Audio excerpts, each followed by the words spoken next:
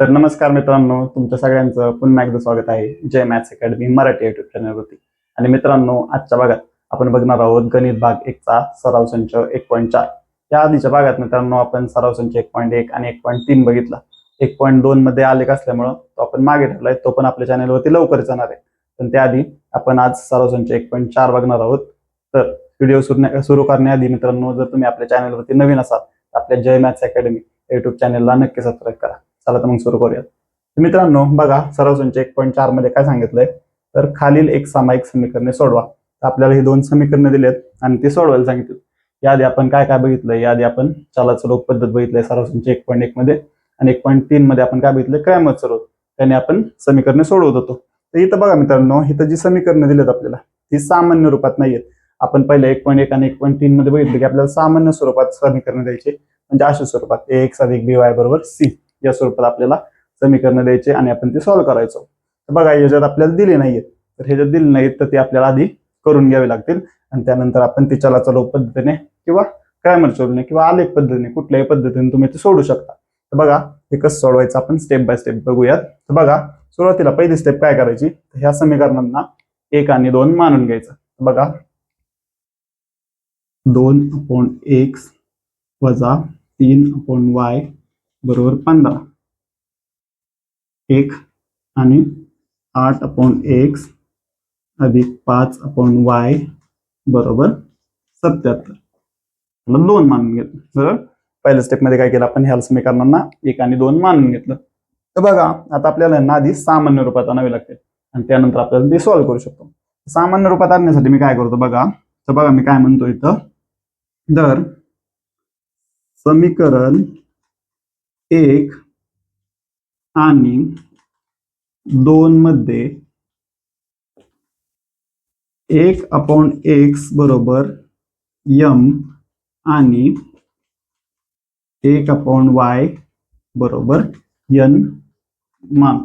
बघा मी काय म्हणतोय, 1/x = m आणि 1/y = n मान. तर बघा, तुम्हाला 1/x म्हणजे इथं 2/x दिसतंय, पण आपण 1/x साठी m मानणार आहे. इथं खाली y दिसतंय, त्यासाठी n मानणार आहे.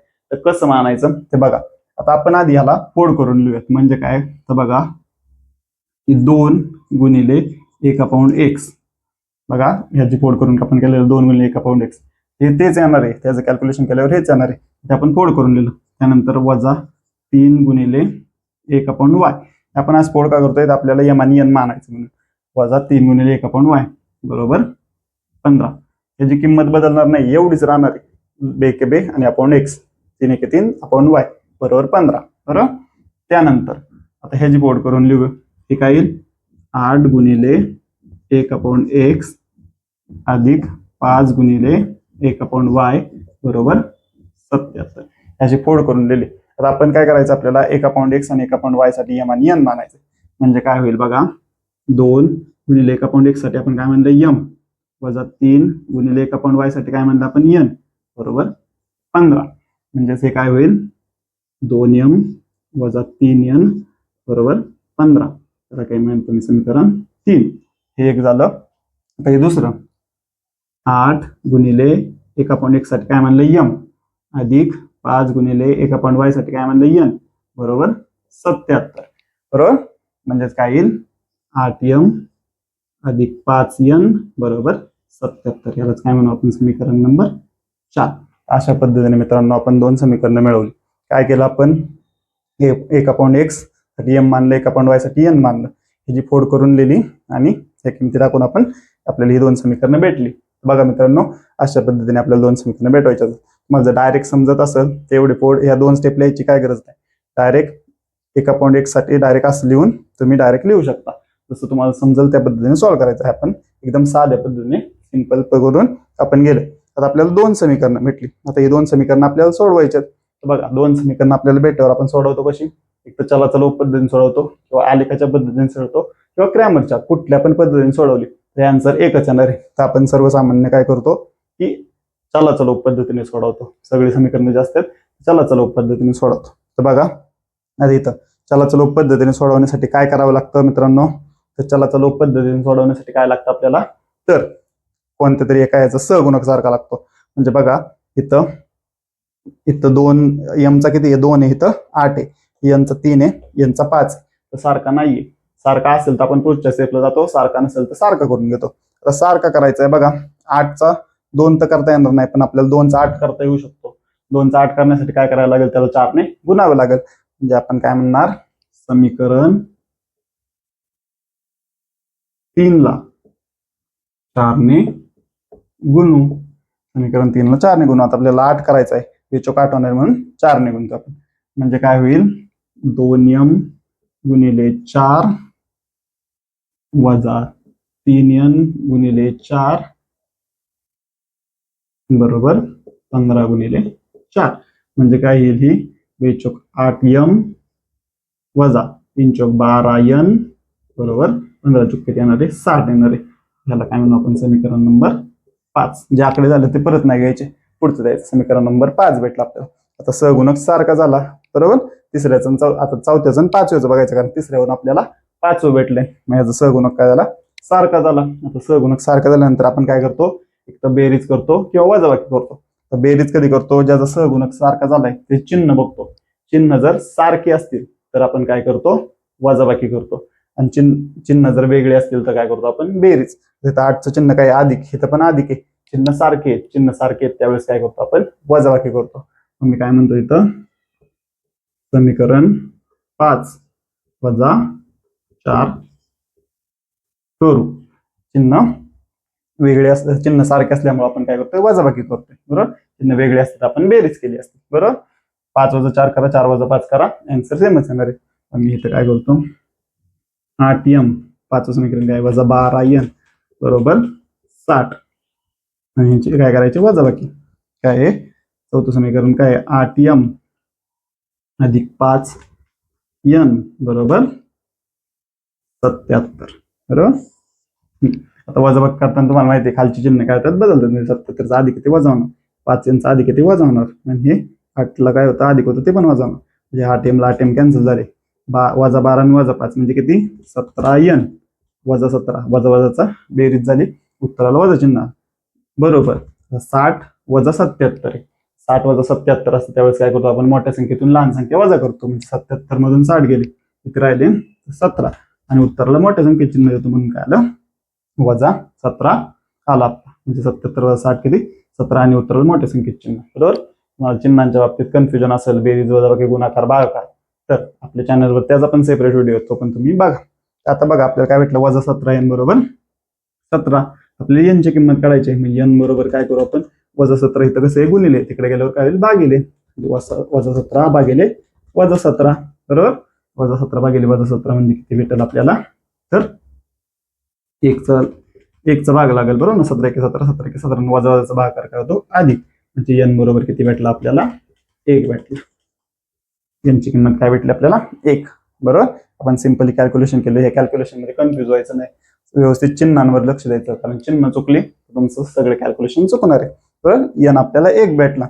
n 1 भेटल्यानंतर आता आपल्याला काय करायचं, m ची किंमत काढायची बरोबर. m ची किंमत काढायची, मग काय करायचं, 5व्यात किंवा 4थ्यात किंवा 5व्यात कशात पण n ची किंमत टाकायची, आणि आपल्याला m ची किंमत भेटून जाईल. मग आपण काय करू, किंवा तिसऱ्यात टाकली तरी चालेल. काय करू आपण, 4थ्यात टाकू. काय म्हणू आपण, n बरोबर 1 ही किंमत समीकरण 4 मध्ये टाकू.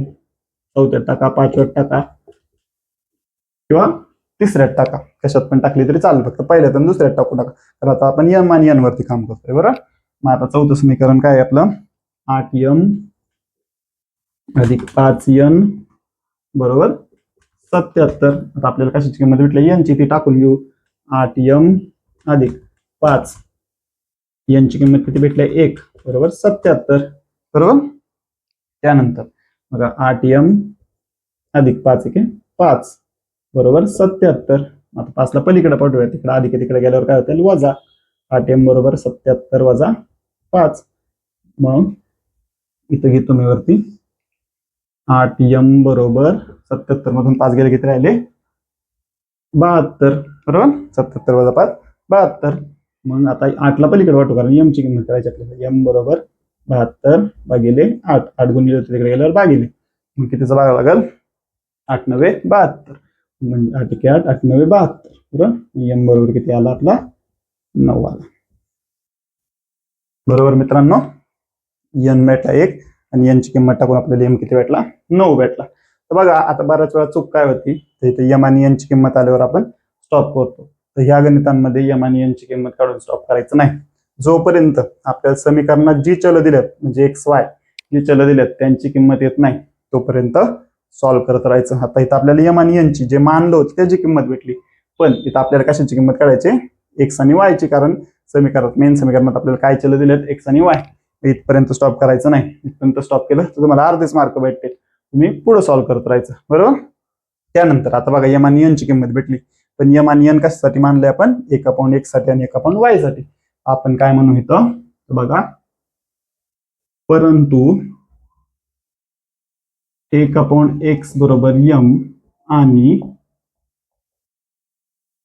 1/y बरोबर काय एन आहे. बरोबर. 1/x बरोबर एम आहे आणि 1/y बरोबर एन आहे. इथं बघा 1/x बरोबर एम आणि 1/xy बरोबर 1/y बरोबर एन आहे. बरोबर. आता आपल्याला एम आणि एनच्या किमती भेटतात ते टाकून घेऊ आपण. 1/x बरोबर एम ची किंमत किती भेटली आपल्याला, तर 9 आणि 1/y बरोबर एन ची किंमत किती भेटली आपल्याला 1. एनची किंमत 1 भेटली. बरोबर. आता ह्याला आपण जर सॉल्व्ह करायचंय. बरोबर. 1/x बरोबर 9 आहे आणि 1/y बरोबर 1 आहे. बरोबर. आपल्याला एक्स आणि वायच्या किमती काढायच्यात. बरोबर. एक्स आणि वायच्या किमती काढण्यासाठी काय करू, तर बघा आता ह्या एक्स खाली आहे इकडं. बरोबर. भागिले आपण त्याला तिकडं पाठवू आणि 9 ला इकडं आणू. म्हणजे काय होईल बघा, आधी एक्सला आपण तिकडं पाठवू. म्हणजे काय करू, 1 बरोबर काय होईल 9 गुणिले एक्स होईल आणि 1 बरोबर 1 गुणिले वाय होईल. बरोबर. आपण एक्सला पहिल्यांदा पलीकडे पाठवला. आता काय करू, एक्स फक्त इकडे ठेवू आणि 9 ला इकडे आणू.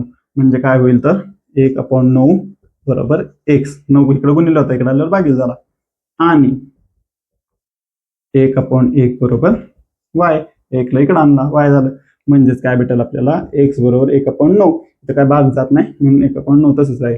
आणि आता 1 भागिले 1 म्हणजे किती येणार आहे 1. म्हणजे वाय बरोबर किती येणार आहे 1. म्हणजे आपला एक्स किती भेटला 1/9 आणि वाय किती भेटला 1. इथपर्यंत आपल्याला सॉल्व्ह करायचंय.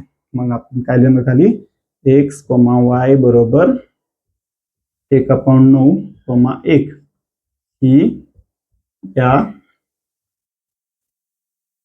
समीकरणाची उकल आहे. अशा पद्धतीने मित्रांनो सॉल्व्ह करायचं. आपल्याला 2 समीकरणं दिली होती, ती सामान्य रूपात नव्हती. ती आपण आधी 1 आणि 2 मानून त्यांना आपण काय केलं, सामान्य रूपात आणलं. कसं आणलं, तर 1/x साठी एम मानलं, 1/y साठी एन मानलं. जे कॉमन दिसेल त्यासाठी एम आणि एन मानून घ्यायचं. त्यानंतर आपल्याला 2 समीकरणं भेटली, ते आपण चलाचा लोप पद्धतीने सोडवली. एम आणि एनच्या किमती भेटल्या. आपल्याला एम आणि एनच्या फक्त किमती काढायच्या नाहीत. आपल्या समीकरणात काय दिलं, एक्स आणि वायच्या किमती दिल्या. एक्स आणि वायच्या किमती आपण अशा पद्धतीने सॉल्व्ह केल्या आणि आपण हे समीकरण सोडवलं. तर मित्रांनो अशा पद्धतीने हे पहिला प्रश्न आहे. तुम्हाला समजला असेल तर तुम्ही नोट डाऊन करून घ्या. तर मित्रांनो तुम्हाला पहिलं एक्झाम्पल समजलं असेल तर आता आपण दुसरं एक्झाम्पल बघूया. दुसऱ्या एक्झाम्पल मध्ये आपल्याला काय सांगितलं मित्रांनो, आपल्याला 2 समीकरण दिले ते आपल्याला सोडवायचे. तर बघा मित्रांनो, ही पण समीकरण सामान्य रूपात नाहीत. म्हणजे एक्स अधिक बी वाय बरोबर सी च्या स्वरूपात नाही. आधी आपण त्यांना सामान्य रूपात आणायची आणि त्यानंतर आपण सॉल्व्ह करायचे. तर बघा पहिली स्टेप काय असते, आपण ह्यांना काय म्हणतो, आपण 1 आणि 2 मानतो. म्हणजे काय, एक्स अधिक वाय अधिक 2/x वजा वाय बरोबर 4. याला काय मानू आपण 1 मानू. आणि 15/x अधिक वाय वजा 5/x वजा वाय बरोबर वजा 2. याला आपण काय मानू 2 मानू. तर बघा 1 आणि 2 मानून घ्यायचं. त्यानंतर जसं आपण पहिल्या गणितात बघितलं होतं की जे कॉमन असेल त्यासाठी एम आणि एन मानून घ्यायचं. एम आणि एन माना किंवा ए बी माना, सी डी माना, तुम्हाला जे हवंय ते माना. फक्त जे इथं आहे एक्स आणि वाय तेच परत चल घेऊ नका. दुसरं कुठलं पण एक्स आणि वाय सोडून कुठलं पण दुसरं चल घ्या. बरोबर. तर बघा इथं कॉमन काय दिसतंय, इथं 1/x अधिक वाय आणि इथं 1/x वजा वाय. इथं कॉमन दिसतं आपल्याला. इथं पण 1/x अधिक वाय, एक्स 1 आणि इथं 1/x वजा वाय दोन इकडं सारखं आहे. त्यासाठी आपण काय म्हणणार एम आणि एन. म्हणजे काय, तर बघा आपण काय म्हणू समीकरण.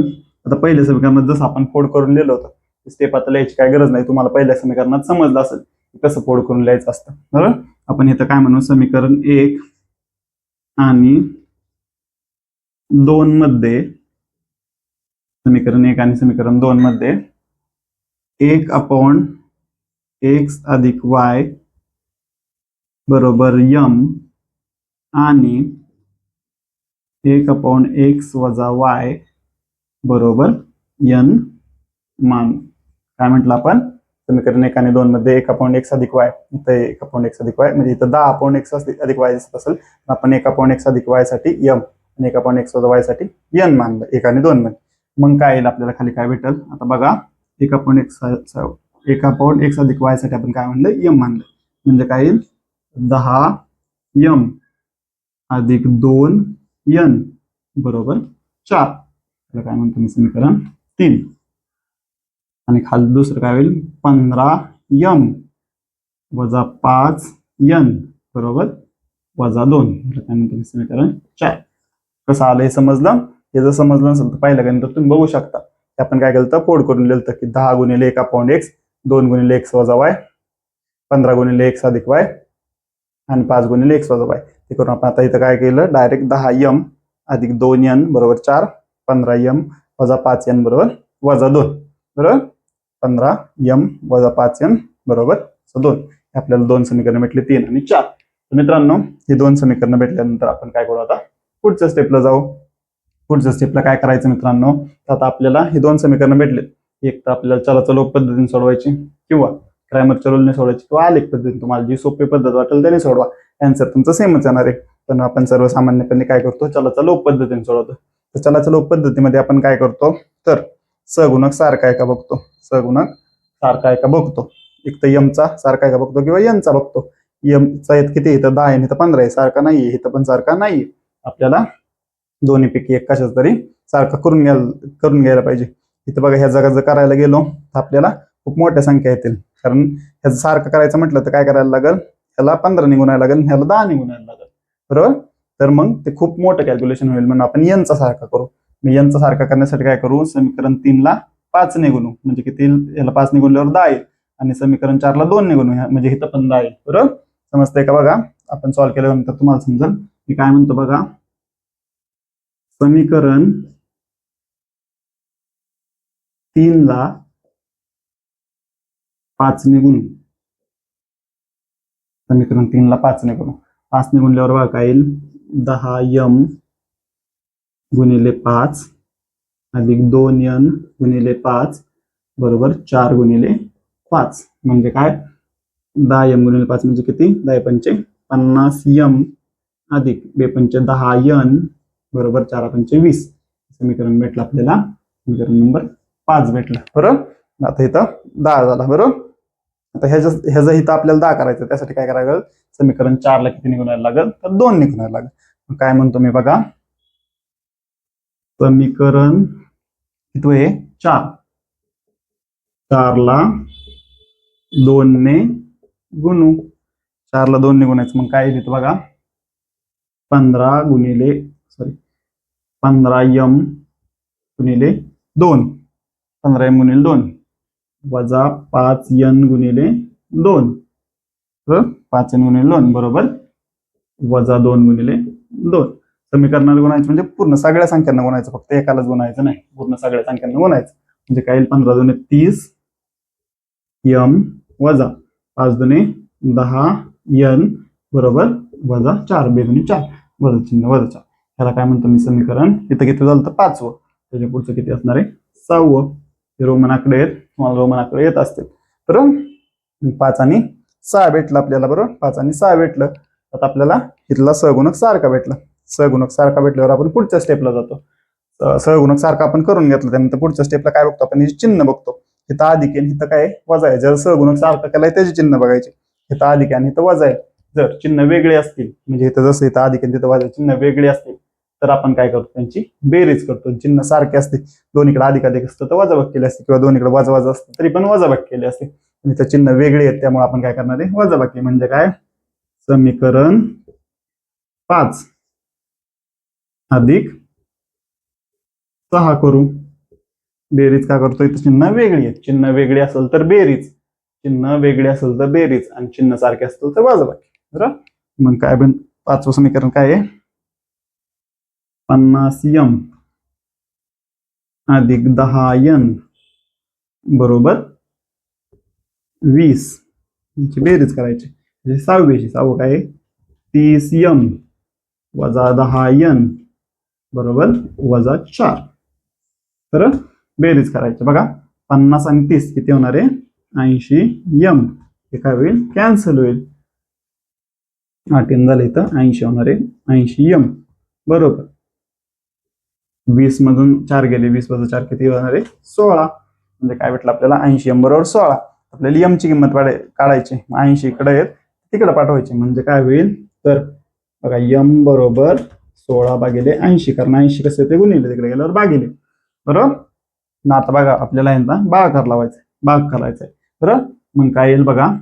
तर 16 1 16 आणि 16 पंचे 80. म्हणजे m बरोबर किती भेटला आपल्याला? तर 1/5 भेटला. m किती भेटला आपल्याला? 1/5 भेटला. उलट करायचं नाही, 80/16 करायचं नाही. 80 इकडे होतं गुणिले, तिकडे गेल्यावर भागिले. म्हणजे 16 m बरोबर काय भेटला? 1/5 भेटला आपल्याला. बरोबर. m 1/5 भेटल्यानंतर आपल्याला काय करायचं? आता m भेटल्यानंतर आपण काय करणार आहे? n काढणार आहे. बरोबर. मग काय करायचं? ह्यापैकी तिसऱ्या, चौथ्या, पाचव्या किंवा 6व्या पैकी कशात पण m ची किंमत टाकायची. आपण तिसऱ्यात टाकू. काय म्हणतो मी? m बरोबर 1/5 ही किंमत समीकरण 3 मध्ये टाकू. बरं. समीकरण 3 मध्ये टाकू आपण. बरं. समीकरण 3 काय आपलं? 10m अधिक 2n बरोबर 4 आहे. 10m अधिक 2n बरोबर 4 आहे. आपल्याला कशाची किंमत भेटली? m ची. म्हणजे काय? 10 गुणिले m ची किंमत किती आहे? 1/5 अधिक 2n बरोबर 4 हे भेटलं आपल्याला. बरोबर. त्यानंतर आपण वरती सॉल्व्ह करूया. बघा आता काय होईल? इथं गुणाकार आहे. काय होईल? 5 1 5 5 2 10. बरोबर. 5 1 5 आणि 5 2 10. 2 गुणिले 1 म्हणजे किती येणार आहे? 2 अधिक 2n बरोबर 4. इथं काय केलं आपण? 10 गुणिले 1/5 होतं, गुणाकार आहे म्हणून आपण काय केलं? 5 1 5 5 2 10. बरोबर. 2 गुणिले किती? 2 अधिक 2n बरोबर 4. बरोबर. आता आपल्याला 2 ला पलीकडे पाठवू. इकडे काय होईल? 2n बरोबर 4. 2 अधिक आहे, तिकडे गेल्यावर काय येणार आहे? वजा. 2n बरोबर किती येणार आहे? 2 येणार आहे. बरोबर. आपल्याला या n ची किंमत काढायची. मग 2 ला परत तिकडे पाठवू. n बरोबर काय येईल? 2/2. म्हणजे n बरोबर किती येईल? तर बेके n बरोबर किती येईल? 1 येईल. बरोबर. m आणि n ची किंमत आपल्याला भेटली. बरोबर. m किती आलं? 1/5. n किती आलं? 1 आलं. बरोबर. आता बघा m आणि n ची किंमत भेटली. पण जसं आपण मागच्या गणितात बघितलं, m आणि n ची किंमत काढून थांबायचं का? तर नाही थांबायचं. आपल्याला काय दिलंय? x आणि y दिलंय. जोपर्यंत x आणि y ची किंमती भेटत नाही तोपर्यंत सॉल्व्ह करत राहायचं. m आणि n कशासाठी मानलंय आपण काय म्हणू इथं? परंतु